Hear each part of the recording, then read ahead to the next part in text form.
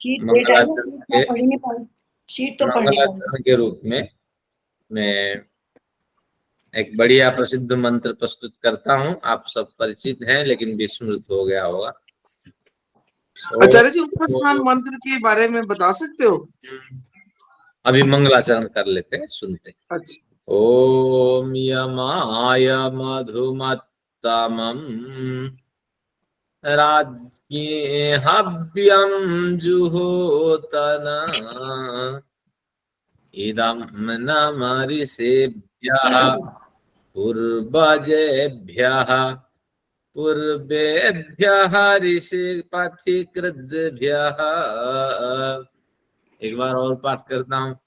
ओम यमाय मधुमत्तमम् राज्ञे हव्यं जुहोतन इदं न ऋषिभ्यः पूर्वजेभ्यः पूर्वेभ्यः पथिकृद्भ्यः। ओम शांति शांति शांति।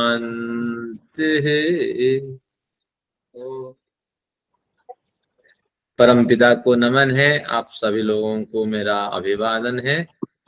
अब मंगलाचरण को हमने प्रस्तुत किया, आप इनसे परिचित हैं, इन मंत्रों से, तो इसकी व्याख्या अवश्य करूंगा। इससे पूर्व सुन लेते हैं, इंदिरा माता जी कुछ कह रही थी।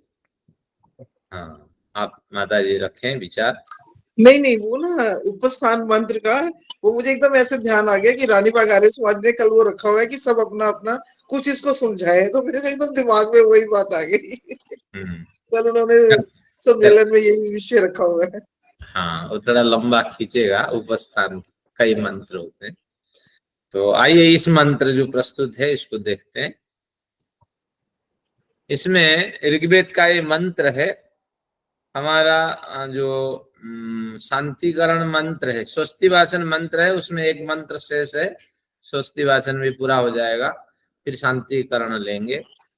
अब देखते हैं जो प्रस्तुत मंत्र है, इसमें कहा गया यमाय मधुमत्तमम् राज्ञी हव्यम जुहोतन।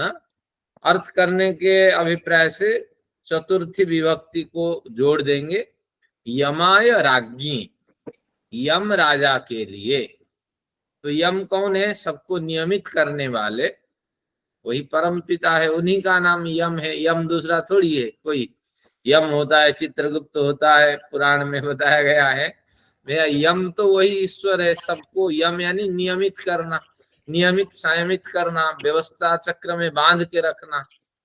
तो ऐसा कोई भी प्राणी नहीं है जो ईश्वरीय व्यवस्था में न बंधा हुआ हो।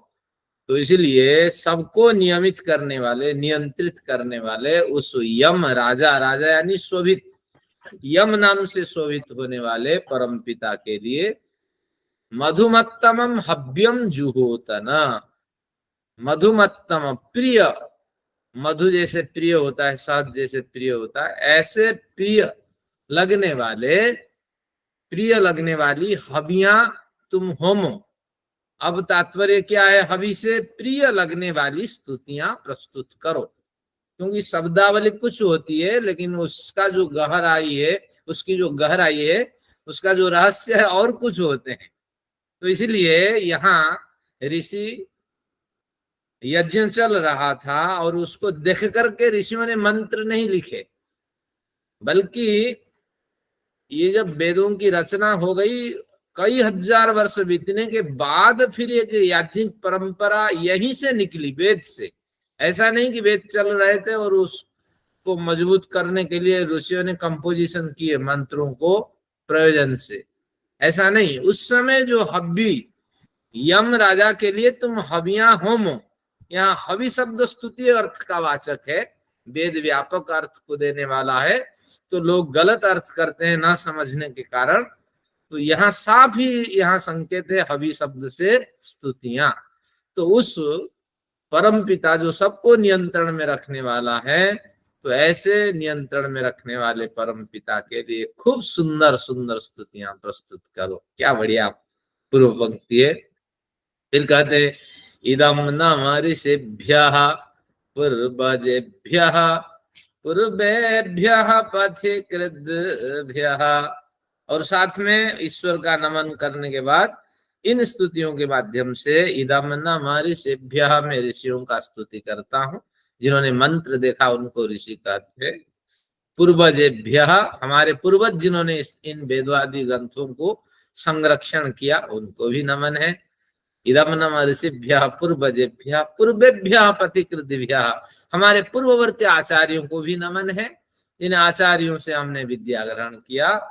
और पथिकृद्भ्यः, जिन्होंने मार्ग निर्माण किया कि इस तरह आपको जाना है, यही आपके लिए कल्याणकारी मार्ग है और ये अकल्याणकारी मार्ग है। ऐसे पथ का, मार्ग का निष्पादन करने वाले, मार्ग के निष्पादन करने वाले जितने भी इस परंपरा में आने वाले प्रबुद्ध विद्वान हैं, उन सबको नमस्कार है। तो ये नमस्कार पर एक बढ़िया मंत्र है, जहाँ ईश्वर के प्रति नमस्कार है, सभी ऋषियों का और उनके हमारे पूर्वजों का और हमारे पूर्ववर्ती आचार्यों का, और फिर मार्ग निर्णय करने वाले मनु आदि जितने स्मृति शास्त्रकार हैं, आचार्य है, उन सबका नमस्कार इसमें है। तो ये मंत्र आपको रट करके याद करके रखनी चाहिए।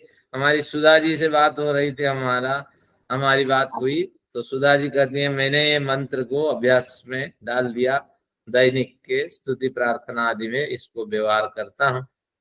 तो ये मंत्र मैं भी आपको ग्रुप में डाल दूंगा, इसको भी आप रट लीजिए, कुछ तो अंदर जाए, आध्यात्मिक भावना में विकास आए।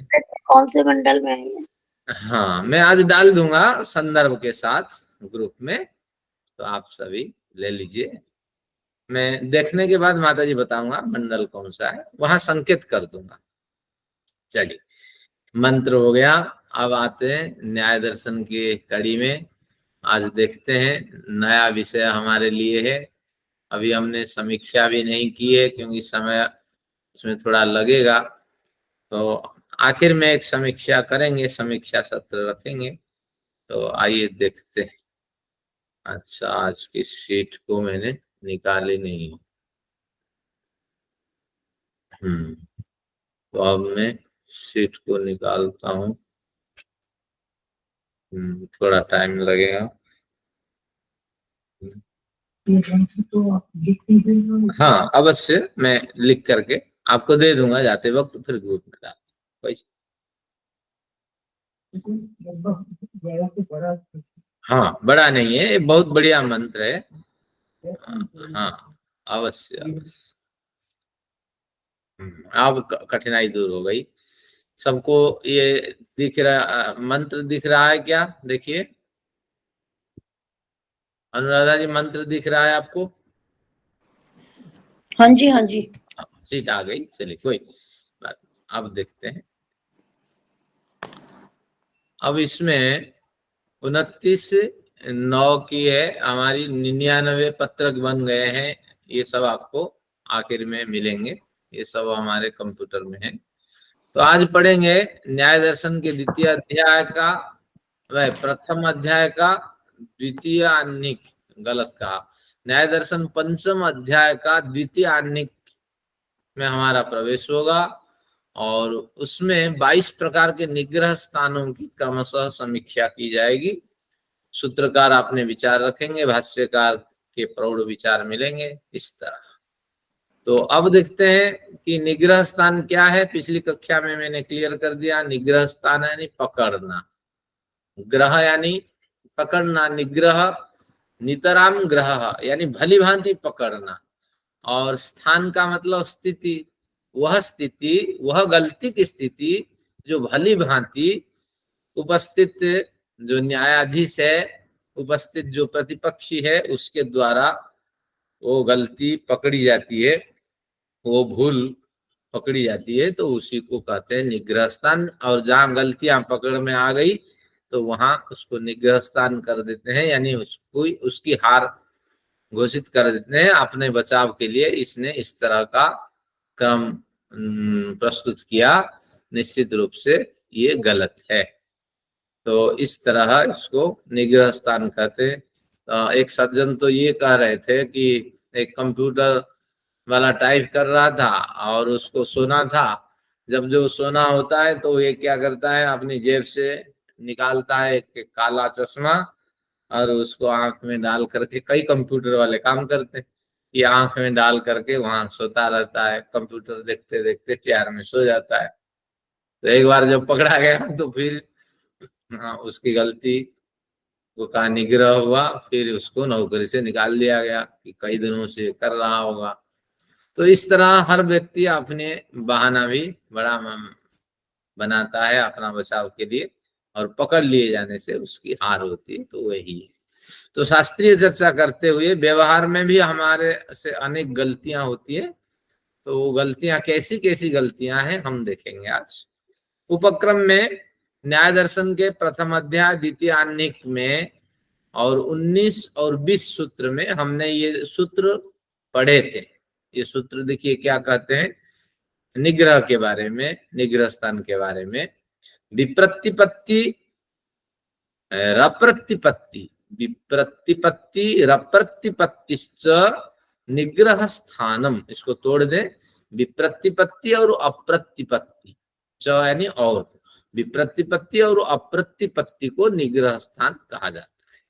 तो विप्रतिपत्ति का मतलब है विरुद्ध उत्तर देना, अप्रतिपत्ति यानी कोई उत्तर न देना, तो इसको निग्रह स्थान कहते हैं। अगर हिंदी में इसको संगत बैठा के लिखें तो शास्त्रार्थ प्रक्रिया में प्रतिवादी या वादी के द्वारा जिसने भी अपना पक्ष पहले रखा तो स्थापित किए गए पक्ष के विरुद्ध में गलत उत्तर देना, विप्रतिपत्ति का अर्थ होता है गलत उत्तर दे देना।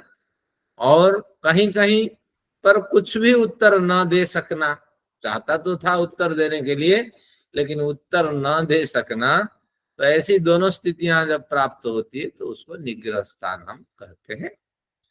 तो अब देखते हैं निग्रह स्थान के भेद के बारे में भी बीच में कुछ कहा। आचार्य जी, हाँ जी। जब ये उत्तर देते हैं शास्त्रार्थ में तो अपने उत्तर के उसमें उन्हें तर्क के लिए वो वेद मंत्र वगैरह भी प्रमाण भी देने पड़ते हैं या हाँ। प्रमाण सहित उत्तर देते हैं? हाँ, प्रमाण सहित उत्तर है। प्रमाण तर्क बाद होता है ना, जब ये तो हम पढ़ रहे हैं इसके जो विकल्प स्वरूप, जहां हमारी हार हो जाए या जहां दूसरे हमें हराना चाहे, तो ये 54 प्रकार की अलग स्वरूप है। लेकिन जो बाद है वो शुद्ध स्वरूप है। तो बाद में प्रमाण तर्कोपालंभ बाद, प्रमाण तर्क पंचावय, इनके साथ जो शुद्ध प्रयोग होता है उसका नाम बाद है। उपालंब क्या है? हाँ, उपालंब का मतलब संयुक्त होना। प्रमाण तर्क पंचावयवोपालंभ तर्क बाद, इस तरह प्रमाण हो, पंचावयव होने चाहिए। हाँ, और वो शुद्ध बातचीत होती है उसमें। ठीक है, थैंक यू। और ये तो बीच बीच उपालंब यानी युक्त होना, संयुक्त होना। ठीक है, अब देखते हैं तद विकल्प जाति निग्रह स्थान बहुत्वम। तो इतना है अभिप्राय। जाति का भी उन्होंने इससे पहले जाति की परिभाषा कर दी थी, तो अब वो जाति को इस 20वें सूत्र में वो जाति को भी यहाँ ले रहा है कि जाति के भी बहुत्वम यानी बहुत विकल्प होते हैं, और इसी तरह निग्रह स्थान के भी बहुत विकल्प होते हैं। तद विकल्पाच, तद विकल्प, तस्य विकल्प, तद विकल्प, यानी विप्रतिपत्ति अप्रतिपत्ति रूपी निग्रह स्थान के विकल्प की बात करें, भेद की बात करें, तो जाति निग्रह स्थान से मिल करके इनके बहुत से विकल्प होते हैं। विकल्प यानी भेद होते हैं। तो अब इसको हिंदी में अर्थ करें तो स्थापित पक्ष का साधर्म्य और वैधर्म्य से चालाकी के साथ खंडन करने के कारण, जाति का मतलब चालाकी, तो साधर्म्य से भी चालाकी की जा सकती है, वैधर्म्य भी, इस तरह करके इसके 24 भेद प्रस्तुत कर देते हैं। और ऐसा नहीं कि 24 भेद में सीमित हो गया है, न्याय दर्शन कर का ये अपना विचार है, हजारों तरह के विकल्प हो सकते हैं। तो इस तरह इसको कहेंगे हम, क्या कहेंगे कि ये एक तरह का जाति है। तो मैं सड़क पे जा रहा था, देखा एक महिला जा रही है और एक प्लास्टिक वाली बाल्टी उठा करके उसके सिर पे डाल करके बाइक वाला भाग गए। फिर आगे आकर कहते हैं कि हम तो प्रांग कर रहे थे, फिर उससे माफी मांग कर उसके पैर पड़ते हैं। तो ये भी आप देखिए एक तरह की जाति है, उनको मजेदार वीडियो खींचना है तो सुंदरी लड़की या सुंदर महिला कहीं दिखाई पड़ी तो एक बाल्टी डाल के चले गए। मैंने कहा कोई दुश्मन होगा उसको उठाने के लिए आए हैं, लेकिन फिर बाइक वाले वापस आते हैं, कहते हैं गलती हो गई हमसे, हम ये कैमरा लगा रखे थे इस पोर्शन में, ऐसा ऐसा। तो ये भी आप देखिए समाज में होता है इस तरह। तो अब कहते हैं इस तरह ये जाति का प्रयोग होता है। और फिर आगे क्या कहते हैं, निग्रह स्थान क्या है, गलत उत्तर देने और कुछ उत्तर न दे सकने के कारण निग्रह स्थान के भी 22 प्रकार के भेद होते हैं। तो 22 और ये 24, और साथ में ये 22-24 कितने हुए, 22 और 22 44 और 46, और 3 होते हैं आपके छल, 40 हो गए, 3 छल, और 5 आपके हेत्वाभास। तो ये 7 और ये आपका 46, 713, 54 होगा ना। 46 और 3 49, और वो 5 है, ठीक है 54 हुआ। तो आप जिनको विस्मरण हो गया वो ध्यान रखें। तो ये 3 क्या गिना है गुरुजी, 3 क्या बोला, 5 तो हेत्वाभास है। हाँ 3 छल, वाक छल। हाँ 5 हेत्वाभास छल नहीं, 3 छल है, छल कई तरह के होते हैं। 3 छल है, वाक छल है, और क्या है? हाँ जो भी है, मतलब तो छल 3 है, छल 3 है, ओके। छल 3, 5 हेत्वाभास, 24 जातियां और 22 निग्रह स्थान। तो इस तरह उन्होंने संकेत करके ये हमें सूचित किया कि निश्चित रूप से कई विकल्प हो सकते हैं। हेत्वाभास 4 है कि 5 है? हेत्वाभास 5 है जी, तो 54 ये हो जाते हैं इस तरह। चलिए आगे देखते हैं। प्रस्तुत प्रकरण में पूर्वोक्त निग्रह स्थान के 22 प्रकार भेदों का क्रमशः वर्णन किया जाता है।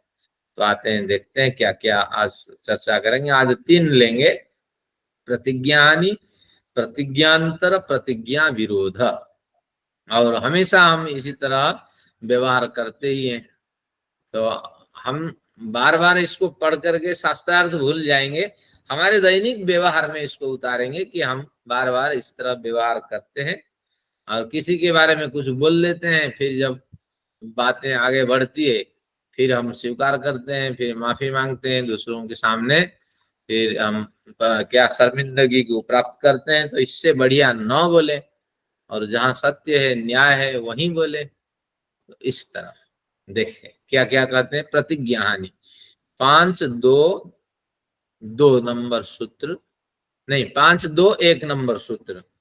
भैया साहब आपको द्वितीय आणनिक निकालना है। पृष्ठ संख्या जो है आपकी 640 है, मेरी पृष्ठ संख्या भैया साहब की 640, आप सब अपने अपनी देख लें। तो इसमें 300 है। हाँ, और जो पहला सूत्र है उसी पे चलते हैं। प्रतिज्ञा हानि, प्रतिज्ञांतर, ये बड़ा सूत्र है, मैं पढ़ता हूँ क्योंकि कम से कम सूत्र तो पढ़े। प्रतिज्ञा हानि, प्रतिज्ञांतरम, प्रतिज्ञा विरोध, प्रतिज्ञा संन्यासो हेत्वांतरम अर्थांतरम, निरर्थकम अभिज्ञातार्थम अपार्थकम अप्राप्त कालम, न्यूनम अधिकम, पुनरुगत मननुभाषणम अज्ञानम अप्रतिभा, विक्षेपो मतानुज्ञा, पर्यनुयोज्योपेक्षणम, निरनुयोज्यानुयोगोपसिद्धान्तो, हेत्वाभासास्स निग्रह स्थानानि। तो उन्होंने कहा इतने निग्रह के स्थान होते हैं, स्थितियां होती है। स्थान का मतलब स्थितियां, गलती को पकड़ लेने की इतनी स्थितियां होती हैं। अब क्या क्या है, प्रतिज्ञा हानि आदि, और आगे प्रतिज्ञांतर, प्रतिज्ञा विरोध। इस तरह सीट में मैंने 3 का मेंशन कर लिया, बाकी आप सब इसके हिंदी टीका देख लेंगे। प्रतिज्ञा हानि, प्रतिज्ञांतर, प्रतिज्ञा विरोध आदि 22 प्रकार के निग्रह स्थान होते हैं। तो 22 प्रकार तो लिखा नहीं इसमें, लेकिन जैसे आप काउंट करेंगे ये 22 होंगे। तो इस तरह अब देखते हैं प्रतिज्ञा हानि क्या है। हमने एक प्रतिज्ञा की और उस प्रतिज्ञा की हानि हो गई हमारी गलती के कारण। तो वो देखते हैं सूत्र नंबर 2, प्रतिदृष्टांत धर्माभ्यनुज्ञा स्वदृष्टान्ते प्रतिज्ञा हानि। प्रतिदृष्टान्त धर्माभ्यनुज्ञा स्वदृष्टान्ते प्रतिज्ञा हानि। सबसे पहले शब्द ले लीजिए स्वदृष्टान्ते। अपने दृष्टांत में आपने एक पक्ष रखा और उसमें एक दृष्टांत रखा। तो अपने दृष्टांत में प्रतिदृष्टांत धर्मा अभ्यनुज्ञा, धर्म अभ्यनुज्ञा मतलब स्वीकार करना।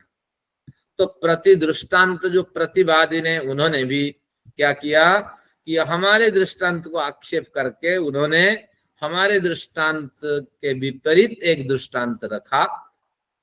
तो प्रतिदृष्टांत प्रतिवादी द्वारा प्रस्तुत जो उसका जो दृष्टांत था, उस दृष्टांत का जो धर्म था, उस धर्म को हमने अपने दृष्टांत के धर्म में स्वीकार कर लिया। हमने अपना पक्ष रख लिया, लेकिन हमारे दृष्टांत को वो गलत साबित करने का प्रयत्न किया। अपनी ओर से उन्होंने दृष्टांत रखा और फिर हमारी समझ न होने के कारण, और कई बार हम अप्रूव्ड होते हैं, कई बार हम भ्रमित भी हो जाते हैं। ये दोनों स्थितियों में हमने क्या किया कि दोनों स्थितियों में से कोई सी भी स्थिति प्राप्त हुई तो हमने उनके भी दृष्टांत को स्वीकार कर लिया। और जो यथार्थ पक्ष जिस पे हमने विचार किया था, तो यथार्थ पक्ष को हमने छोड़ दिया। जब छोड़ दिया तो प्रतिज्ञा हानि, हमने प्रतिज्ञा जो की थी उसकी हानि हो गई।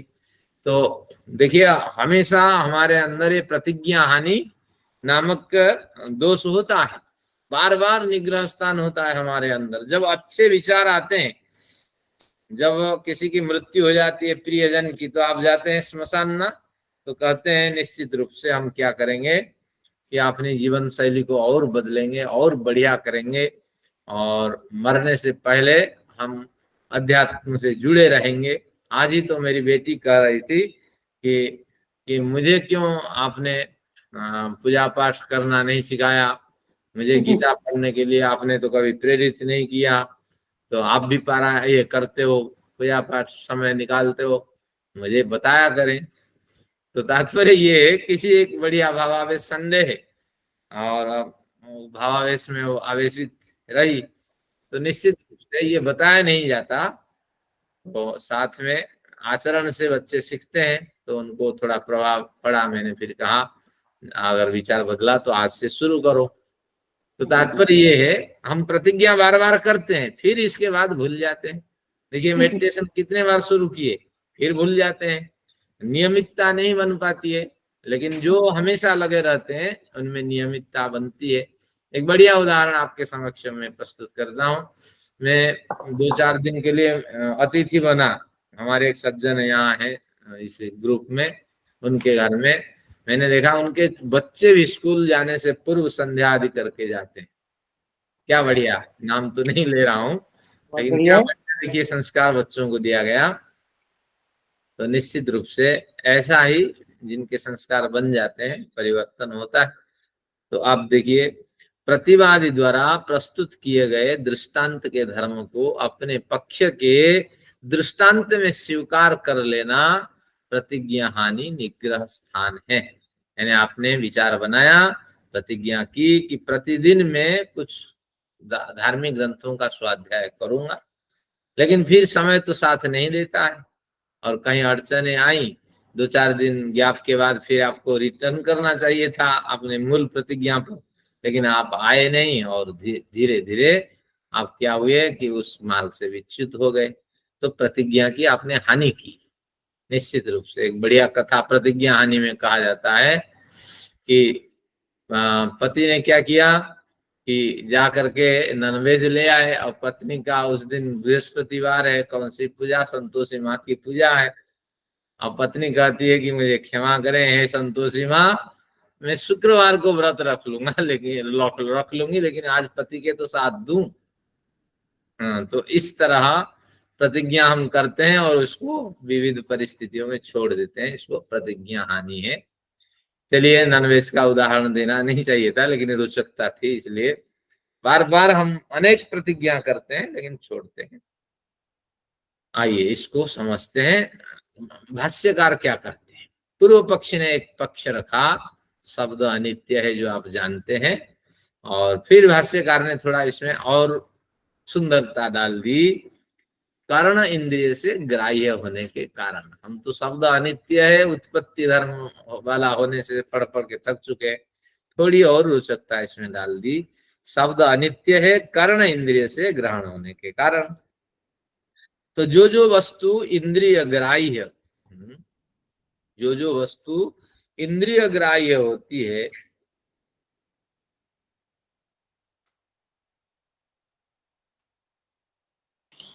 वो अनित्य होती है।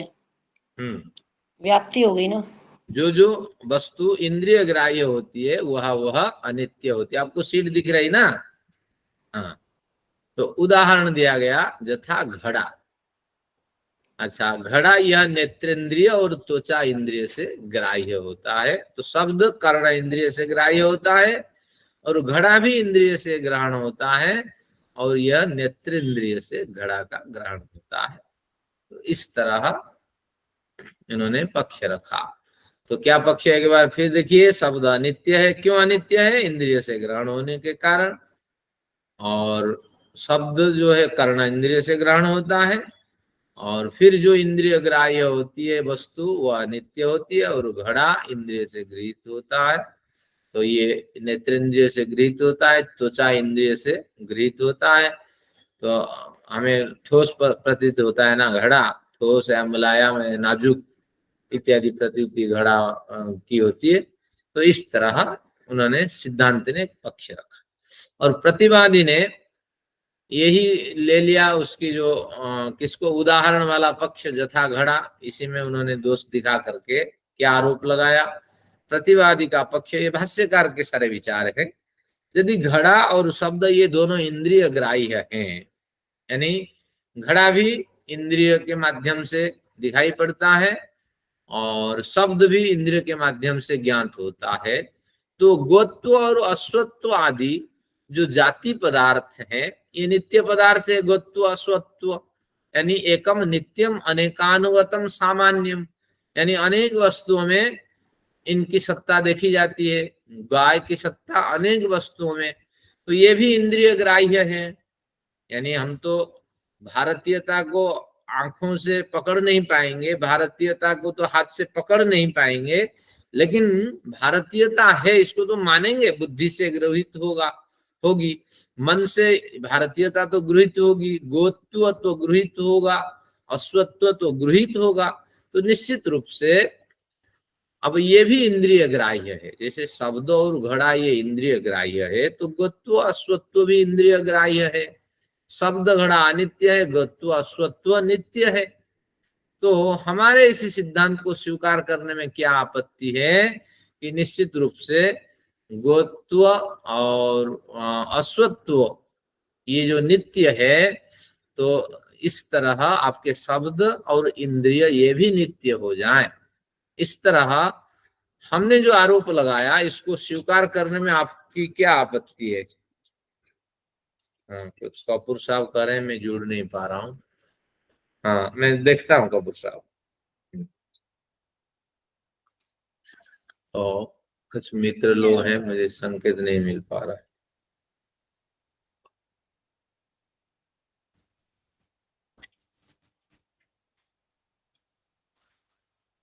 हाँ, अब आ गए। चलिए, मुझे आवाज नहीं आई। चलिए अब देखते हैं। पूर्व पक्षी ने अपना विचार रखा, प्रतिवादी ने अपना विचार रखा कि घड़ा अगर इंद्रिय ग्राह्य है, शब्द इंद्रिय ग्राह्य है, तो आप उसको अनित्य मानते हो। लेकिन इन्हीं इंद्रियों से गोत्व और अश्वत्व भी देखे जाते हैं। तो अगर गोत्व अश्वत्व देखे जाते हैं तो नित्य बलवान है ना अनित्य पर, तो निश्चित रूप से नित्य लीडिंग करेगा, अनित्य तो क्षण भंगुर है। तो इसलिए शब्द को भी आप इंद्रिय ग्राह्य होने से नित्य मानो और घड़े को भी इंद्रिय ग्राह्य होने से नित्य मानो और गोत्व अश्वत्व के समान ये सब नित्य है, क्योंकि मन बुद्धि आदि इंद्रियों से इनका ग्रहण होता है गोत्व अश्वत्व का। अगर हमारा सिद्धांत सभी नित्य है तो इसको स्वीकार करने में आपकी क्या आपत्ति है? तर्क तो बढ़िया रखा। आचार्य जी, पर घड़ा कैसे नित्य हो जाएगा? घड़ा तो फूट जाएगा। अभी तो प्रश्न रखा ना, अप्रौढ़ अगर होगा, बाद रखने वाला व्यक्ति अप्रौढ़ होगा तो निश्चित रूप से अप्रौढ़ का विचार हम सुन लेते हैं। तो पूर्व पक्षी का मत है, पूर्व पक्षी यानी जो सिद्धांत पक्ष को स्थापित किया है जिसने, तो अब वो प्रतिवादी के आक्षेप में फंस गया, उसको अनुभव नहीं था या कहीं ध्यान नहीं था, उन्होंने तत्काल आपने इस पर विचार कभी नहीं किया था या सुना नहीं था।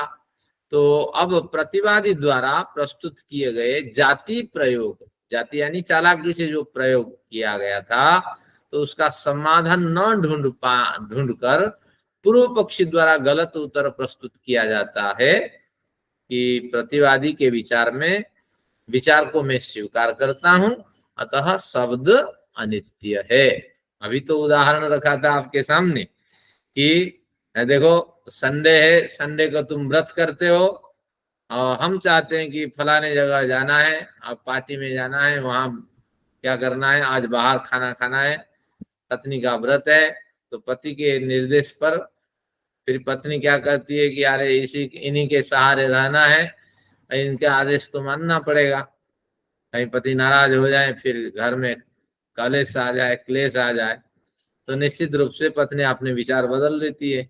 तो उसी तरह इन्होंने कहा कि भैया जो बलवान होता है नित्य पदार्थ तो अनित्य पे हावी है, तो इसलिए सब नित्य आप मान लो।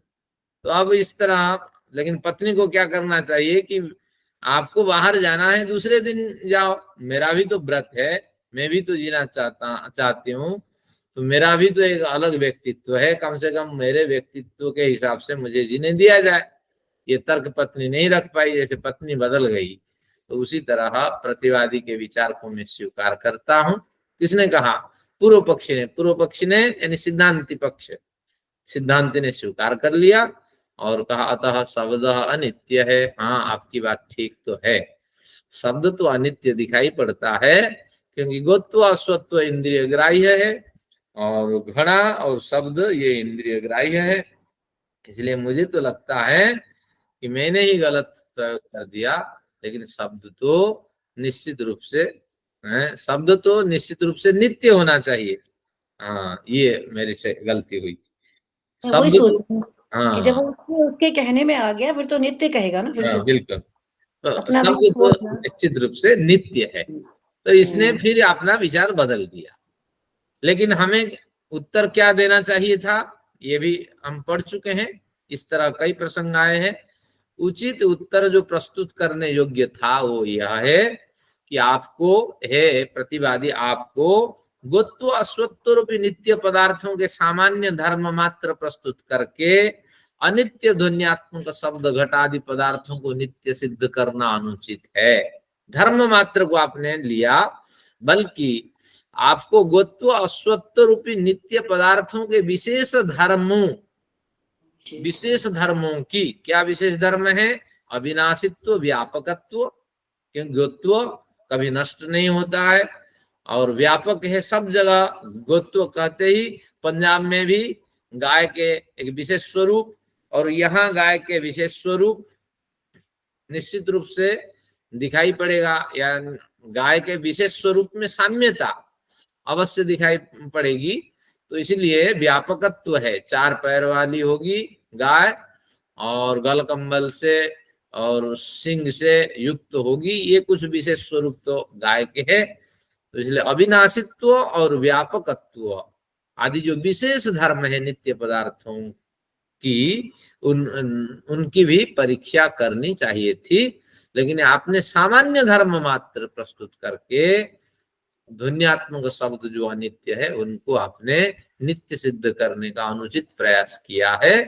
तो ये गलत है। नित्य अनित्य धर्मों की परीक्षा करके देख लेना चाहिए था कि आपके लक्षण ठीक है या गलत है, लेकिन आपने ऐसे नहीं किया।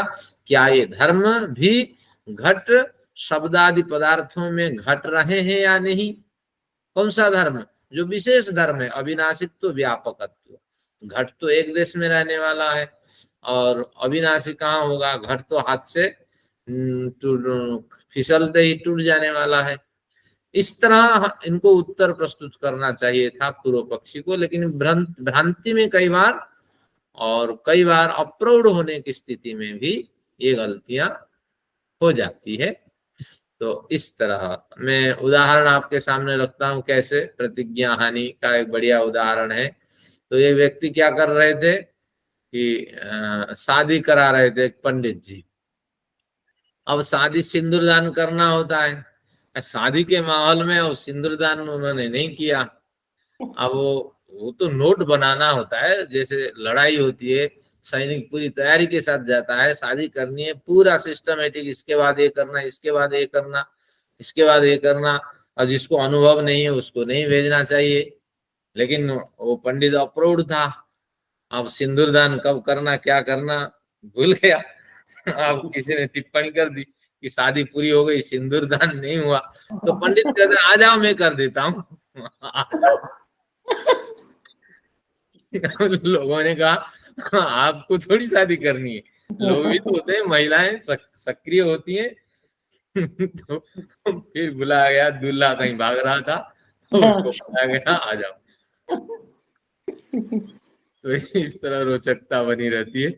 तो इस तरह इन्होंने अप्रौढ़ होने के कारण इसको स्वीकार नहीं किया। प्रौढ़ तो जानता ही है, तो ऐसे अप्रौढ़ व्यक्ति को शास्त्रार्थ में नहीं भेजना चाहिए, पक्ष विपक्ष के रूप में नहीं रखना चाहिए। तो ऐसा होते नहीं है शास्त्रार्थ, अब तो होते नहीं है।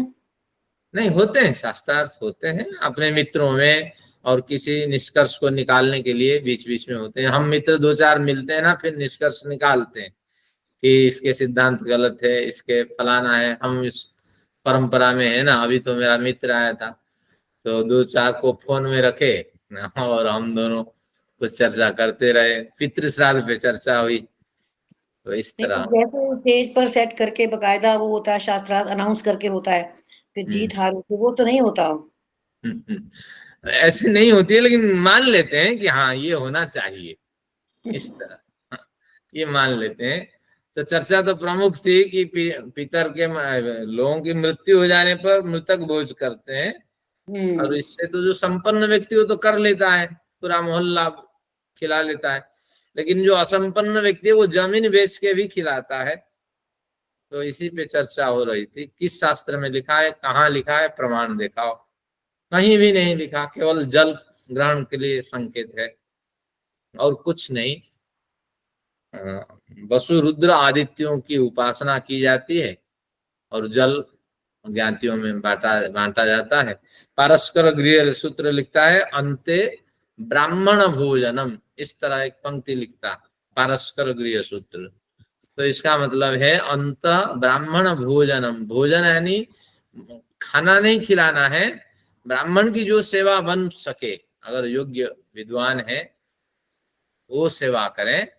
जरूरी नहीं मृतक के घर में ब्राह्मण को भोजन कराएं, और ब्राह्मण कभी खाएगा ही नहीं और बैरागी होता है। तो ये है। आज भी किसी समाज में गया था, शास्त्री जी कह रहे थे अरे ये आजकल ब्राह्मण कोई थोड़ी रहा, ये सब सेठ बन गए हैं, ब्राह्मण को अपरिग्रह होना चाहिए। आप सब नौकरी करते हैं और सब कहीं कहीं से कमाते हैं, तो योग्य ब्राह्मण मिलते नहीं है, इस तरह कह रहे थे। और सबने देखा कि परिग्रह से हमारा लाभ है, तो परिग्रह में सब जुड़ गए। चलिए कुछ इधर उधर की चर्चा हो गई, यानी हमारे जीवन में ये सब घट रहा है। एक गया था गंगानगर राजस्थान, एक सज्जन मिले, तो अब दान दे रहे थे। वो थे कौन से संपन्न व्यक्ति थे और वानप्रस्थी लिए थे। तो मुझे पूछ रहे थे आपका शास्त्र क्या कहता है, मैं यहाँ से दान ले लूं? मैंने कहा आप संन्यास प्रकरण उठा के देख लीजिए, वहां साफ लिखा है कि वानप्रस्थी हो जाने के बाद आपको दान लेना है। तो साफ लिखा है संन्यास वानप्रस्थी प्रकरण में कि दान लेने के लिए थोड़ी आप वानप्रस्थी बने हो, आगे तो संन्यास की ओर जाना है, और अधिक वैराग्य चाहिए, बल्कि दान आप दे सकते हैं अगर संपन्न है। इस तरह चलिए कुछ ये चर्चा हो गई। तो अब आपने समझ लिया, कई बार हम भी भ्रमित होकर के दूसरे के पक्ष स्वीकार कर लेते हैं, ऐसी स्थिति में हमारी हार होती है। इस हार का नाम क्या है? ऐसा उत्तर न देकर प्रतिवादी के पक्ष को जब सिद्धांत स्वीकार कर लेता है, तब इस शास्त्रार्थ में उसकी हार होती है, और उस हार का नाम होता है प्रतिज्ञानी निग्रह स्थान। हमने जो जो प्रतिज्ञा की और उसको कभी हमने निर्वाह नहीं किया, जिसके कारण हमारी हार होती है। संसार में हम हमेशा बड़ी प्रतिज्ञा करते हैं, पति पत्नी प्रतिज्ञा करते हैं ना, 7 जन्म तेरी याद करूंगा यार और 2 साल में अलग अलग हो जाते हैं। तो हमें ध्यान रखना चाहिए दोनों ओर से ये प्रतिज्ञा निर्वाह हो जाए। और मतलब इस वाले में उस जो वादी है उसने प्रतिवादी की हेतु को के दृष्टांत को मान लिया। हाँ, दृष्टांत में कहीं तो आक्षेप करेगा, दृष्टांत पे या हेतु पे। यहाँ दृष्टांत पे आक्षेप कर लिया, दृष्टांत है ना यहाँ पे, यहाँ दृष्टांत को स्वीकार कर लिया। और उन्होंने कहा हाँ मैं भी मानता हूँ, मैंने गलत से कह दिया था, ऐसा ही मुझे लगता है कि ये नित्य होना चाहिए, शब्द और गड़ा नित्य होने चाहिए। चलिए आचार्य जी, अभी आपने सन्यासी की चर्चा की, जैसे आपने कहा कि सन्यासी को दान, लेकिन सन्यासी को अपने जीवन यापन के लिए तो दान लेना ही पड़ेगा ना, अगर वो समर्थ नहीं है तो। हाँ, तो उसमें अगर समर्थ है, क्योंकि आजकल जो वानप्रस्थी बनते हैं सन्यासी, तो आवेश में बनते हैं, ज्ञान वृद्ध सन्यासी, लेकिन वो संग्रह नहीं करेगा। 1-2 वक्त के लिए जो है, एक दिन का लिए भोजन के व्यवस्था उसके लिए हो जाए, उतना ही पर्याप्त है, क्योंकि उसको लेके ढो के जाना नहीं ना कहीं, ये उसके लिए समस्या है। वृद्धावस्था है, शरीर शीर्ण है, तो केवल ही एक टाइम का भोजन वो ग्रहण करें। अधिक अगर परिग्रह की रुचि है तो शाम के लिए भी भोजन वो रख लें, और इसके बाद फिर अगले दिन वो फिर दूसरे के आश्रय में जाए, ये व्यवस्था। और फिर धन इकट्ठा करेगा तो फिर बनेगा, अधिकारी बनेगा, महंत बनेगा, फिर पेट फुलाएगा। आचार्य जी, आज तक तो सन्यासी बड़े बड़े ऑफिसर जो रिटायर होते हैं, उनकी जो पेंशन होती है, उस पेंशन का क्या करते होंगे? नहीं, समाज में लगाते हैं, अच्छे सन्यासी संत हैं। तो ये है, हमारे स्वामी विदेह जी को 20 रुपए मिलते थे पेंशन, वो लिखते थे जब रिटायर्ड हुआ। तब मैं भी बड़े दिन वो लिखते हैं विदेहवाणी में, मैं भी सोचता रहा कि ये इस पे भी पत्नी का भी अधिकार है, मेरा भी अधिकार है। तो कई दिन सोचते सोचते फिर मैंने निर्णय किया, बच्चे दोनों पल गए हैं और पत्नी को चला सकेंगे। अब वृद्धावस्था में मैं सन्यासी जब बन गया, मेरा योगक्षेम कैसे होगा अगर मैं पेंशन घर में दे दूं?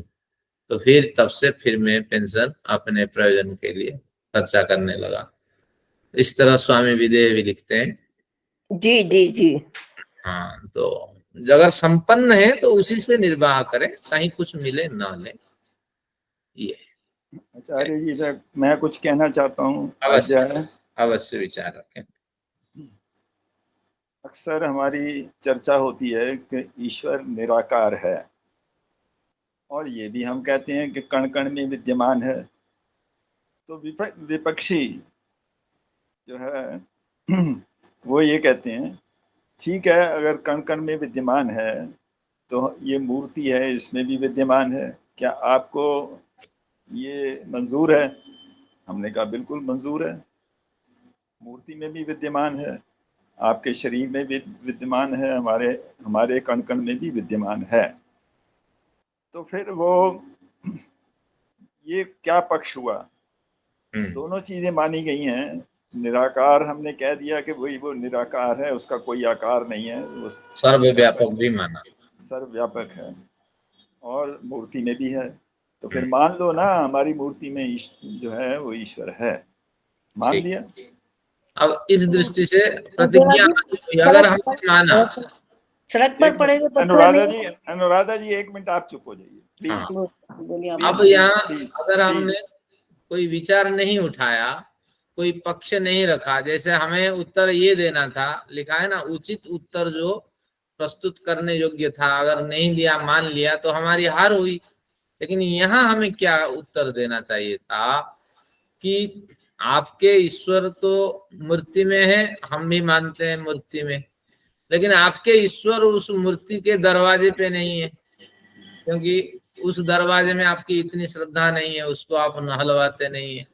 उस मंदिर के खम्भे में नहीं है, उस खम्भे में आप पीठ लगा के बैठते हैं। तो और बाहर जितने पत्थर आदि पदार्थ वहां नहीं है। लेकिन आपकी यहाँ त्रुटि है कि एक स्पेसिफिक आकृति में आपने ईश्वर को मान लिया। यहाँ जी ये बात करने से तो हम उस विषय को दूसरी तरफ धकेल रहे हैं। हम जो चीज कह रहे हैं कि मूर्ति में है कि नहीं, हमने कहा है। अब मूर्ति में आप बताइए कि निराकार है या आकार है, मूर्ति के हिसाब से बताइए। ये खंबे और ये चीजें जो हैं, हम तो कहते हैं हर चीज में सब जगह निराकार है, सब जगह व्याप्त है। हाँ। लेकिन मूर्ति उपास्य नहीं है, क्योंकि वो जड़ है, और उपास्य जो होता है चेतन ही उपास्य होता है।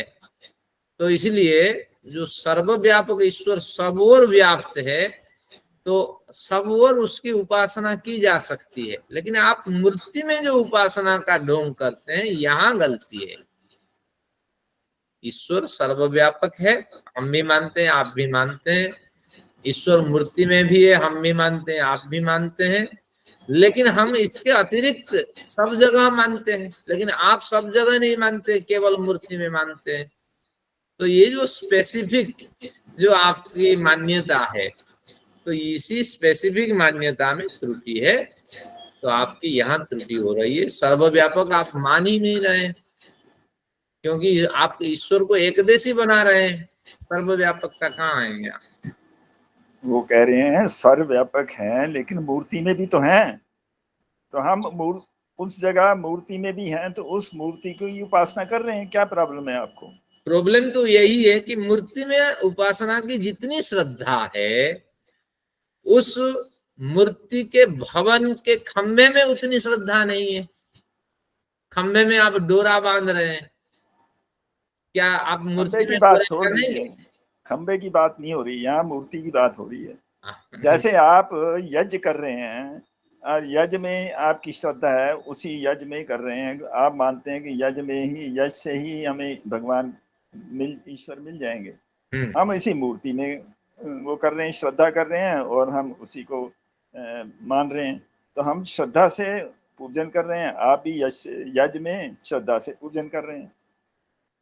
देखिए, जहां आपको निराकार मानना होगा, वहां सर्वव्यापकता माननी होगी। तो हम वो सर्वव्यापकता भी मानते हैं, लेकिन सर्वव्यापक मानते हैं, क्रिया में तो नहीं। सर्वव्यापक है तो मूर्ति में भी तो है, हम यहाँ पर मूर्ति में पूजा कर लेते हैं उनकी। नहीं, यज्ञ करते हुए भी ब्रह्म यज्ञ ब्रह्म हवि ब्रह्माग्नो ब्रह्मणाहुतम ब्रह्मैव तेन गंतव्यम। देखिए, हम क्या मानते हैं कि जिसने हवि को दिया, जिसने हवि को काटा, जो हवि के साधन बने, और जिन जिन पदार्थों को वहां मिलाया गया, जितने लोग इन्वॉल्व हैं, ये सब में ईश्वर व्याप्त है। हम इतना व्यापक मानते हैं। लेकिन आप केवल ही क्या मानते हो कि मूर्ति में ही श्रद्धा है आपकी। ये पता लगता है मूर्ति को आपने एकदेशित्व ईश्वर सिद्ध कर दिया, सब में तो श्रद्धा नहीं ना। बात ये है, आप निराकार मानते हो, हम निराकार मानते हैं, लेकिन सर्वव्यापकता में त्रुटियां हैं कि जहां निराकार है वहां सर्वव्यापकता अपने आप खिंच के आती है। लेकिन आप सर्वव्यापकता नहीं मान रहे हो ना। हम सब जगह मानते हैं, उतनी श्रद्धा रखते हैं हवन में जितनी श्रद्धा पात्र में है, और जितनी श्रद्धा उसके चम्मच में है, जितनी श्रद्धा उसके सेवक में है, जितनी श्रद्धा उस पदार्थों में है, पेड़ पौधों में है। सब में समान श्रद्धा हम रखते हैं। तो इस तरह समान श्रद्धा आपकी नहीं है। तो अल्टीमेटली ये हम इतनी डिस्कशन के बाद कहते हैं ठीक है भाई चलो, वो निराकार भी है साकार भी है। नहीं, अब यहाँ वो हार जाता है, ये हाँ, उसकी प्रतिज्ञा जो है वो खत्म हो जाती है, यही खत्म हो जाती है। और क्योंकि वो निराकार भी है, तो इसका मतलब सब जगह है तो वो निराकार भी है, क्योंकि सब जगह वो दिखाई नहीं देता, ना ही मूर्ति में भी दिखाई देता है, ना अनुभव होता है। हाँ, तो निराकार भी है साकार भी है, फिर अल्टीमेटली ये कह के वो जो है बात को खत्म कर देते हाँ, हैं। हमारी ये हार हो जाती है ना। तो ईश्वर साकार नहीं हो सकता, और साकार गुण के रूप में हो सकता है। वो कर्म फल को प्रदान करता है, वो दाता है, तो दाता के रूप में साकार है। और वो अंतर्यामी है, अंदर बैठ करके सज्जनों के गलत विचारों को रोकता है, तो वो साकार है। गुणों के रूप में ईश्वर साकार हो सकता है, लेकिन आकृति के रूप में ईश्वर साकार नहीं है। तो जहां जहां निराकार है वहां सर्वव्यापकता भी अपने आप लागू हो जाती है। इसकी चर्चा संभवतः वेदांत में आने वाली है कि ईश्वर निराकार कहते ही 5-7 धर्म उसके साथ अपने आप आ जाते हैं। चलिए, इसका समाधान ये ठीक है। है, आप कहते हैं निराकार, लेकिन आप सर्वव्यापकता को नहीं मानते हैं, ये समाधान। चलिए, ये हुआ प्रतिज्ञा हानि। आप अपनी प्रतिज्ञा पे अड़े रहिए। आपने क्यों राधा का भजन गाया, तो इस तरह अनुराधा जी लड़ जाती हैं के विपरीत जा रहे हैं। प्रतिज्ञा हानि है, फिर लोग बचाव करते हैं, नहीं नहीं हमने तो राधा का नहीं आधा का भजन गाया। आचार्य जी, अभी तो तिलक नगर में रामलीला होने वाली है, तिलक नगर आर्य समाज में, वहां देखिए क्या क्या घमासान होता है। हाँ, क्या होने वाला है, क्या होने वाला है? तिलक नगर आर्य समाज में रामलीला होने वाली है। रामलीला आर्य हाँ समाज में? हाँ, वो उस पर भी व्हाट्सएप ओम पे उसके मैसेज आ रहे हैं गुरुजी, मुझे एक जबरदस्त। वाक्य बोलना है, बोल सकता हूँ? अवश्य, भले। हम बिना ऐसा पूछे ऐसा है, प्रेम कुमार सचदेवा साहब भी ठीक है बोलते हैं, मैं भी मानता हूँ कि हर कण कण में ईश्वर है। तो मूर्ति के अंदर ईश्वर है, लेकिन मूर्ति ईश्वर नहीं है। शाबाश बढ़िया। लोग जो मूर्ति को ईश्वर मान के पूजा करते हैं वो गलत है। मूर्ति के अंदर भी ईश्वर तो जरूर है, हमको मानना पड़ेगा। ओम। बढ़िया है। और साथ में मूर्ति में आपकी जितनी श्रद्धा है, आप हल्दी ये लगाइए ना, मक्खन लगाइए इस दीवार पे, उसको धोइए, उतनी श्रद्धा नहीं होती है। कहाँ सर्वव्यापक मानते हैं, एक देशी मानने वाले लोग हैं। और चलिए, जड़ की पूजा करने से हम भी जड़ बन जाते हैं। हाँ, और एक बात मैं ये क्लियर करना चाहता हूँ, ये आर्य समाज केवल वेदों के संस्थापन के लिए बना है, आर्ष ग्रंथों के लिए, और रामलीला कथाएं होगी तो ये फिर गिरावट हो जाएगी ना, फिर वेद पे हमारा फोकस होना चाहिए। तो ये इस क्रम को बढ़ावा न दे। ये मानते हैं, उपयुज्य ग्रंथ हैं, आदर्श व्यक्ति हैं, अगर समाज का जो मुख्य लक्ष्य है उससे हम भटक जाएं, रामलीला कराएं, कृष्ण लीला कराएं, तो फिर भले ही आर्य आचार्य जी, रोहिणी में भी अभी प्रेम प्रकाश जी बता रहे हैं, अभी रोहिणी में भी पीछे पूरी कुलदीप आर्या जी आते हैं, वो राम कथा पूरी करते हैं, पूरी 10-10 दिन की चलती है। पिछले साल रोहिणी हमारे आर्य समाज में ना, ये नहीं होनी चाहिए। कथा और चीज है, लेकिन मंचन करना, वहाँ राम को एक साधारण आदमी राम बनता है, पूंछ वाला बंदर हनुमान बनता है, तो वो सब चीजें जो हैं वो नहीं होना चाहिए। बल्कि ये इन कथाओं को रोक दीजिए, हमें वेदों पे रुचि है, तो उसके अतिरिक्त किसी पे ना रहे, नहीं तो फिर पतन होगा जैसे पतन हुआ था। एक जगह बाबा रामदेव भी शिवलिंग की पूजा कर रहे थे। वो तो तुष्टिकरण है। ऐसे तो अखिलेश्वर जी कर रहे थे। हाँ, इनको कहते हैं जाति का प्रयोग कर रहे थे ये सब। तो बाबा रामदेव को दिखाया, उनका वीडियो था, शिवलिंग की पूजा कर रहे हैं बकायदा। हाँ, नहीं, किसी तरह एक संप्रदाय को पकड़ लेना है, एक संगठन को बनाना है, मजबूती करना है, विद्वानों के निग्रह जाति प्रयोग है, ये नहीं करना चाहिए जहां तक है, लेकिन कुछ स्थितियों में जाति प्रयोग करके धर्म को बचाया जा सकता है। मैंने कहा था ना, अहिंसा परमो धर्म, धर्म रक्षा तथैव च, यानी धर्म क्या है? अहिंसा, वो परम धर्म है। और भी एक परम धर्म है, धर्म की रक्षा करना। तो किसी भी जाति का प्रयोग करके, छल का प्रयोग करके धर्म की रक्षा हो जाए। कुछ लोग हमारा साथ तो दें, ये हरी चादर वाले और क्या है ये जो चादर चढ़ाने वाले, इनसे कम से कम बचें। नहीं, हरी चादर और सफेद फादर, इनसे तो बचें। अभी नहीं हो सकता ऐसे, क्योंकि अभी हरियाणा की रैली देखिएगा किसी वीडियो में। क्या बढ़िया, हरी चादर सफेद फादर ने सब बर्बाद कर दिया।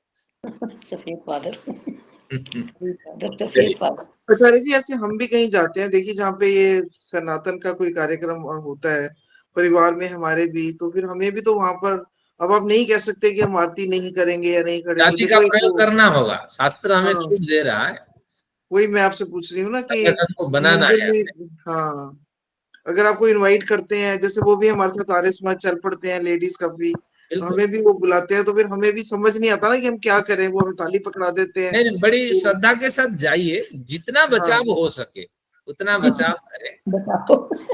हाँ, लेकिन हमें संगठन चाहिए, नहीं तो हमारा साथ कौन देगा? हाँ, सबसे कट के तो नहीं बैठ सकते ना, हमारी तो मेजोरिटी है भी नहीं। आर्य हाँ, समाजी कितने हैं? वेदों को जानने वाले आर्य समाजी कितने हैं? और आर्य हम लोग समाज में माइनॉरिटी वेदों में को हैं जान, गुरुजी, माइनॉरिटी में हैं, बहुमती में नहीं है। मैंने हाँ, कहा आर्य समाज जाने वाले भी कितने वेद को जानने वाले हैं, उसमें भी नहीं है। आर्य समाज में भी जाने वाले, हमारी बालनगर के आर्य समाज में हर एक के घर में मूर्ति है। हर कोई मूर्ति पूजा कर रहा है, माता की चौकी करवा रहे हैं। वो तो आर्य समाज के प्रधान, वो मंत्री है वहां के, वही घर में चौकी करवा रहे हैं। सबके घर में मूर्तियां रखी हुई हैं। हमारे घर में 2 पद चलते हैं, एक रूढ़िचुस्त है और एक वैदिक है। नहीं, ये गलत है, उसको धीरे धीरे बदल दीजिए। चलिए, वहां भी जाति का प्रयोग करके बचना होता है घर में। चलिए, तीसरा अब सूत्र ले, देखते हैं 5, 2, 3। एक ये सूत्र ले लेते सूत्र हैं। लेते हैं, तीसरा नंबर सूत्र। इसमें पढ़ेंगे प्रतिज्ञांतर है, हमारे पास 10 मिनट और कवर हो जाएगा, कोई खास नहीं चर्चा। प्रतिज्ञांतर का जो सूत्र है वो क्या कहते हैं? प्रतिज्ञातार्थ प्रतिषेधे प्रतिज्ञात, और हाँ पहले सूत्र पढ़, प्रतिज्ञातार्थ प्रतिषेधे धर्म विकल्पात तदर्थ निर्देश प्रतिज्ञांतरम। प्रतिज्ञातार्थ प्रतिषेधे धर्म विकल्पात तदर्थ निर्देश प्रतिज्ञांतरम। देशांतर मतलब भिन्न देश, प्रतिज्ञांतर मतलब भिन्न प्रतिज्ञा, प्रतिज्ञा को बदल देना। जब हार हुई या कोई उपाय नहीं सुझा तो फिर प्रतिज्ञा बदल दी, तो ऐसी स्थिति को प्रतिज्ञांतर निग्रह स्थान कहते हैं। पहले एक प्रतिज्ञा के साथ पंचावय रख दिया, जब टिप्पणी होने लगी तो इसको कोई विचार नहीं सूझा, तो कहते हैं नहीं नहीं, मेरा उद्देश्य वो नहीं था, मेरा उद्देश्य और कुछ था, मैंने तो ये बताया ही नहीं, लेकिन बता नहीं पाया, जल्दबाजी में मैंने बोल दिया। ऐसे हम व्यवहार में लाते हैं ना अपना बचाव के लिए, नहीं नहीं मेरा ये उद्देश्य नहीं था, आपने गलत समझ लिया। राजनेताओं का बयान आप जानते हैं, तो हर बार वो ऐसे बयान देते हैं। तो इस तरह एक बार अगर मुंह से निकल गया तो समझ लेना चाहिए उसकी हार हो गई। अरे जहाँ प्राण प्रतिष्ठा हो रही थी तो वहां तो नाच गान चल रहे थे, डांस चल रहा था। तो इस तरह अगर राहुल गांधी कहता है तो हो गई प्रतिज्ञा की हार हो गई, भैया दिखाओ कहाँ हुआ, एविडेंस दिखाओ, नहीं तो कोर्ट जाओ। तो इस तरह हार हो जाती है। तो पहले इसको समझते हैं। प्रतिज्ञात अर्थ प्रतिषेध है, प्रतिज्ञात यानी प्रतिज्ञा के द्वारा स्थापित जो अर्थ है उसका जब प्रतिषेध हो जाता है, निषेध कर दिया जाता है विकल्प के द्वारा, जाति प्रयोग करके प्रतिवादी द्वारा, तो धर्म विकल्पात, विकल्प यानी भेद, तो भिन्न भेद का धर्म उत्थापित करके फिर तदर्थ निर्देश, उस धर्म से जुड़ी कोई प्रतिज्ञा जब स्थापित कर दिया जाती है तो प्रतिज्ञांतरम, तो उसको प्रतिज्ञांतर निग्रह स्थान कहते हैं। तो हमेशा सोच समझ के बोलना चाहिए, पहले सोच लेना चाहिए मन में, और कई बार मन में सोचने के बाद ऐसा मैं प्रस्तुत करूं, ऐसा विचार प्रस्तुत करूं, फिर उसको प्रस्तुत करें। और जहां त्रुटि हुई है वहां गलती स्वीकार करें, लेकिन आपने वादे से सिद्धांत से न मुकरे, तो इसको कहते हैं प्रतिज्ञांतर निग्रह स्थान देखते हैं। पहले वादी या प्रतिवादी द्वारा अपने सिद्धांत के प्रतिज्ञा वाक्य पंचावयव के साथ स्थापित किए जाने पर ये वाक्य का स्थापन कर देने पर जाति प्रयोग से दूसरा पक्ष जब उसका खंडन करता है, खंडन वास्तविक नहीं होता है, जाति प्रयोग से जब अड़चन उठा दिया जाता है, तब उपाय शून्य होकर तुरंत ही दूसरी बार अन्य एक नई प्रतिज्ञा का प्रस्थापन करना प्रतिज्ञांतर निग्रह स्थान है। उदाहरण देखते हैं। वही उदाहरण है, शब्द अनित्य है और कर्ण आदि इंद्रियों से ग्राह्य होने के कारण, जैसे घड़ा, ये भी नेत्र इंद्रिय से ग्राह्य होता है। तो प्रतिवादी यहाँ क्या करता है, यहाँ किसका, भाष्यकार का ये पक्ष है, विचार है। तो वादी ने अपना पक्ष रख दिया था, प्रतिवादी ने टिप्पणी वही उठाई कि देखो यदि घड़ा और शब्द ये दो इंद्रिय ग्राह्य हैं, गोत्व अश्वत्व आदि जो जाति पदार्थ हैं ये भी इंद्रिय से ग्राह्य हैं, हमारे इस सिद्धांत को स्वीकार करने में क्या आपत्ति है, वही पुरानी बातें उठाई। तो पूर्व पक्ष अब क्या कहता है कि इतना सुन लेने के बाद मेरी प्रतिज्ञा में जो कहा गया था शब्द अनित्य है, उसका भाव और कुछ था, आप में से किसने भी नहीं समझा, आप कदर ही नहीं करते हो, कोई मेरी बात समझते नहीं हो, तो इसलिए समझने की कोई कोशिश ही नहीं करते हो। हम बार बार ये शब्द प्रयोग करते हैं, बल्कि मेरे प्रतिज्ञा वाक्य का उद्देश्य था शब्द और घड़े आदि पदार्थ एक देशी होते हुए अनित्य हैं। केवल अनित्य में नहीं कहना चाहता था मैं, बल्कि चाहता था कि एक देशी होते हुए अनित्य है। लेकिन आपके जो अश्वत्व गोत्व ये तो नित्य है, लेकिन बहुदेशी होते हुए नित्य है। अब बहुदेशी होते हुए जो नित्य है, एक देशी होते हुए अनित्य के साथ कैसे सामंजस्य स्थापित कर पाएंगे। केवल मैंने अनित्य नहीं कहा था, इसके साथ एक शब्द और भी मुझे लगाना चाहिए था, मैं भूल गया। हाँ, तो इसलिए मेरा कहना अलग था और आपने नहीं समझा। इस तरह बाद में अगर आप संशोधन करते हैं, लेकिन यहाँ हार आपकी मानी जाएगी, क्योंकि आपने पंचावयव के साथ अपना पक्ष रख दिया। पंचावयव के साथ पक्ष जब रख दिया तो आपका पक्ष मजबूत हो जाना चाहिए था, और कमजोर होने से आपकी हार मानी जाएगी। परंतु आपका जाति पदार्थ तो बहुदेशी व्यापक है, और वह कैसे घट आदि शब्द के साथ सामंजस्य रख सकता है। जाति पदार्थ यानी जो जाति अश्वत्व गोत्व आदि ये बहुदेशी है, व्यापक है, क्योंकि जो बहुदेशी पदार्थ और व्यापक पदार्थ होते हैं वो नित्य होते हैं, और जो एक देशी होते हैं वो अनित्य होते हैं। सबके साथ एक एक कारण जुड़ा हुआ है, तो इसलिए इसके साथ इसका सामंजस्य नहीं बैठता है, मैच नहीं होता है। तो इसलिए ऐसा नहीं कहना चाहिए था। जो आपने रख दिया पंचावयव के साथ तर्क, वो गलत हो गया। लेकिन ये तो केवल हार हुई, लेकिन न्याय शास्त्र का क्या विषय देखिए। तर्क तो बहुत बढ़िया है, परंतु शास्त्रार्थ में बार बार प्रतिज्ञा को बदलने से प्रतिज्ञांतर नामक निग्रह स्थान नामक हार होती है।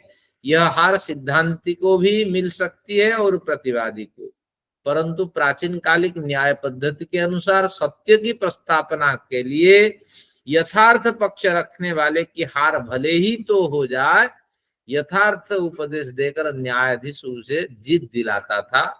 क्योंकि दो लोग बहस करते थे, आज भी जो बहस प्रकार है भारतीय परंपरा के हिसाब से, दो पक्ष आपस में बहस करते हैं और एक न्यायाधीश वहां बैठा रहता है। तो अगर कोई कमजोर व्यक्ति है और जो सत्य सिद्धांत है उस सिद्धांत को भली भांति नहीं रख पाया, उसकी हार हुई, लेकिन वो उसको हार नहीं मानने देगा, बल्कि वो बताएगा कि देखो तुम्हारी अप्रौढ़ता के कारण यहाँ गलती हुई, बल्कि ऐसे उपदेश देना चाहिए था। वो उसको वहां उपदेश भी देता है और सत्य पक्ष का हमेशा स्वीकार किया जाता था। लेकिन आज ग्लानि है, तभी तो है सत्यमेव जयते नानृतम। ये हमारे न्याय दर्शन का व न्याय शास्त्र का ये सिद्धांत है। हमेशा सत्य की प्रस्थापना करना है। भले ही दोनों पक्ष लड़ते लड़ते अप्रौढ़ता के कारण किसी की हार हो जाए, लेकिन सत्य की जहां हार है न्यायाधीश वहां उसकी पूर्ति करता है। ये ऐसे प्रस्तुत करना चाहिए था, तुम्हारे अनुभव न होने के कारण ऐसा प्रस्तुतिकरण नहीं होगा। तो परंतु ग्लानि की बात यह है कि आज ऐसी सुव्यवस्था नहीं है, क्योंकि आज जो कोर्ट में बहस होती है, वकील अगर बढ़िया एविडेंस नहीं रख पाया तो बस फिर सलमान खान निकल जाएगा और भी कहीं निकल जाएंगे, फिर आपका जो गवाह है वो भी बयान बदल दे तो गया। इस तरह आज की न्याय व्यवस्था गलत है। न्यायाधीश को बिल्कुल पता है, लेकिन न्याय के जो की व्यवस्था के अंदर वो बंधी हुई है, लेकिन उस समय नहीं था। सत्य की प्रस्थापना करना है, अभी तो सबूत के आधार पे सत्य को निर्णय करना, ये न्याय है।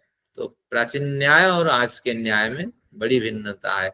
एक कथा भी सुनी जाती है, एक बाई ने घर में चोरी की, फिर बाई के नाम पे मालिक ने केस किया, फिर ये केस के फैसले जब आया तो जो न्यायाधीश है उसने सजा सुनाई, किसको, जो घर के मालिक है उसको 5 साल सजा सुनाई। तो लोग हैरान थे, तो फिर इसका निर्णय उन्होंने दिया, न्यायाधीश ने, इतने साल तुम्हारे घर बाई ने काम किया और उसको इतनी कष्ट परेशानी झेलनी पड़ी, आपने सही ढंग से उसको जितना सम्मानित वेतन है वो नहीं दिया और मजबूरी में आकर के और उन्होंने चोरी की और चोरी का प्रमुख कारण आप हैं, तो आपको सजा मिलती है, और बाई को बरी कर दिया गया। तो इस तरह न्याय प्राचीन भारत में होता था। चलिए, ये कुछ आपने देखा कि यथार्थ की प्रस्तावना के लिए ये हार नहीं मानी जाएगी, लेकिन ये जो बहस सैद्धांतिक रूप से ये तो हार ही है, क्योंकि आपने बार बार बयान बदला। तो न्यायाधीश कहेगा कि तुम सब अप्रौढ़ हो और तुम्हारे लाइसेंस रद्द किया जाता है, वक्त बर्बाद करते हो, अभ्यास नहीं करते हो, प्रौढ़ता नहीं है, किसने तुम्हें लाइसेंस दिया इस तरह आपने पक्ष वकालत करने के लिए, यहाँ खड़े होने के लिए? अगली बार नहीं दिखाई पड़नी चाहिए, नहीं तो आपके लाइसेंस रद्द कर दो। तो बस इस तरह ये होता है वैदिक कालीन न्याय। आते हैं, देखते हैं अगला। इसके साथ सत्र समाप्त। 3 मिनट आपके सामने। चतुर्थ है प्रतिज्ञा विरोध। सर जी, सर्वगत और असर्वगत क्या है? इसी सूत्र में तीसरे में सर्वगत और असर्वगत क्या है? कहाँ पे सर्वगत? इसमें जो है ना, मेरे पास जो भाष्य है, ठीक है, मैं बता देता हूँ। इसमें सर्वगत यानी दोनों सब जगह प्राप्त होने वाला। अच्छा, सर्वगत, हाँ। असर्वगत यानी एक देशी, एक देशी। अब प्रतिज्ञा विरोध देख लेते हैं। हाँ, 5, 2, 4 में शीघ्रता के साथ। कुछ नहीं है, प्रतिज्ञा हेतु विरोध, प्रतिज्ञा विरोध। जहां प्रतिज्ञा और हेतु दोनों में विरोध हो जाए, क्योंकि समन्वय से तो पंचावय होता है ना, लेकिन प्रतिज्ञा एक स्थापित कर दी और हेतु और कुछ कर दिया, तो ये अप्रौढ़ता की स्थिति में होती है कि अगर सिंदूर नहीं लगाया कोई बात नहीं, आ जाओ मैं लगाता हूँ, पंडित सब कुछ करता है। पंडित के मुंह, अग्नि के मुख, और पंडित के क्या है, भूल गया, अग्नि के मुख में, पंडित के सुख में ये घी का उपयोग होना चाहिए। यानी एक पंडित घी ले जा रहा था, बचा हुआ घी, तो यजमान ने पूछा क्यों ले जा रहे हो? ना अग्नि के मुख में डाल दो या पंडित के सुख में डाल दो। घी तो आप यजमान को निकालना है ना, जो यहाँ से आया है यहाँ से वापस घर नहीं जाएगा, अशुभ होगा। तो अग्नि में नहीं गया तो पंडित के सुख में गया घी। तो इस तरह तो अप्रौढ़ जो होते हैं तो प्रतिज्ञा एक रखते हैं और हेतु विरोध हेतु प्रस्तुत करते हैं। देखिए क्या कहा उसने सूत्र में, पक्ष प्रतिज्ञा हेतु विरोध, प्रतिज्ञा विरोध, प्रतिज्ञा और हेतु परस्पर विरोध होने से प्रतिज्ञा विरोध निग्रह स्थान है। और प्रतिज्ञा क्या उसने की? 9 द्रव्य पदार्थ होते हैं जो सर्वथा 24 गुण पदार्थों से भिन्न होते हैं। 7 पदार्थ होते हैं, अलग द्रव्य पदार्थ है, अलग गुण पदार्थ है। तो 9 द्रव्य बताए गए हैं, 24 गुण बताए गए हैं। ठीक है, प्रतिज्ञा ये है, हमने मान लिया। इसी आधार पे पंचावयव रखना चाहिए था, लेकिन हेतु में क्या रखा? संसार में रूपादि गुणों से भिन्न किसी पदार्थ के उपलब्ध न होने के कारण, यानी संसार में गुणों से भिन्न कोई पदार्थ है नहीं, तो बस प्रतिज्ञा की पुष्टि ये हेतु नहीं कर रहा है। तो ऐसी स्थिति में अब व्याप्ति भी नहीं बन सकती, इस हेतु के आधार पर व्याप्ति नहीं बनेगी, और व्याप्ति अगर नहीं बनेगी, व्याप्ति पूर्वक दृष्टांत होता है, दृष्टांत भी नहीं बनेगा, तो उदाहरण उपनय निगमन ये कुछ नहीं बनेगा। तो समाधान यही है कि पूर्व पक्षी पहले प्रतिज्ञा करता है, द्रव्य पदार्थ और गुण पदार्थ दोनों में भिन्नता है, बाद में प्रतिज्ञा की पुष्टि में जो हेतु प्रस्तुत करता है वो अपने सिद्धांत को काट देता है। ऐसा विरोध कथन शास्त्रार्थ में नहीं प्रस्तुत करना चाहिए। प्राचीन कालिक न्याय व्यवस्था में न्यायाधीश लोग अप्रौढ़ शास्त्रीय विवाद करने वाले को प्रतिज्ञा विरोध निग्रह स्थान प्रदान कर न्यायालय के कार्यालय से निष्कासित कर देते थे, परंतु दुख की बात यह है आज ऐसा नहीं होता है। तो ये कुछ प्राचीन न्याय और वर्तमान न्याय में आप देखिए, और हम भी बड़े विचार रखते हैं। अभी सचदेवा साहब ने कहा, क्या विचार है? ईश्वर सर्वव्यापक हैं तो मूर्ति में है, बस इस तरह हम भी मुकर जाते हैं, आगे चल करके मान लेते हैं ईश्वर के भी 2 स्वरूप है, और कभी सगुण भी है, कभी निर्गुण भी है। इस तरह निर्गुण परमात्मा की जय हो। अब कह दिया सगुण, फिर कह दिया निर्गुण, फिर निर्गुण परमात्मा की जय हो। अगर इस तरह विचार रखेंगे तो प्रतिज्ञा और हेतु के विपरीत हो जाता है। तो आप चौथा सूत्र एक बार फिर से बता दीजिए। चौथा सूत्र विरोध, प्रतिज्ञा विरोध।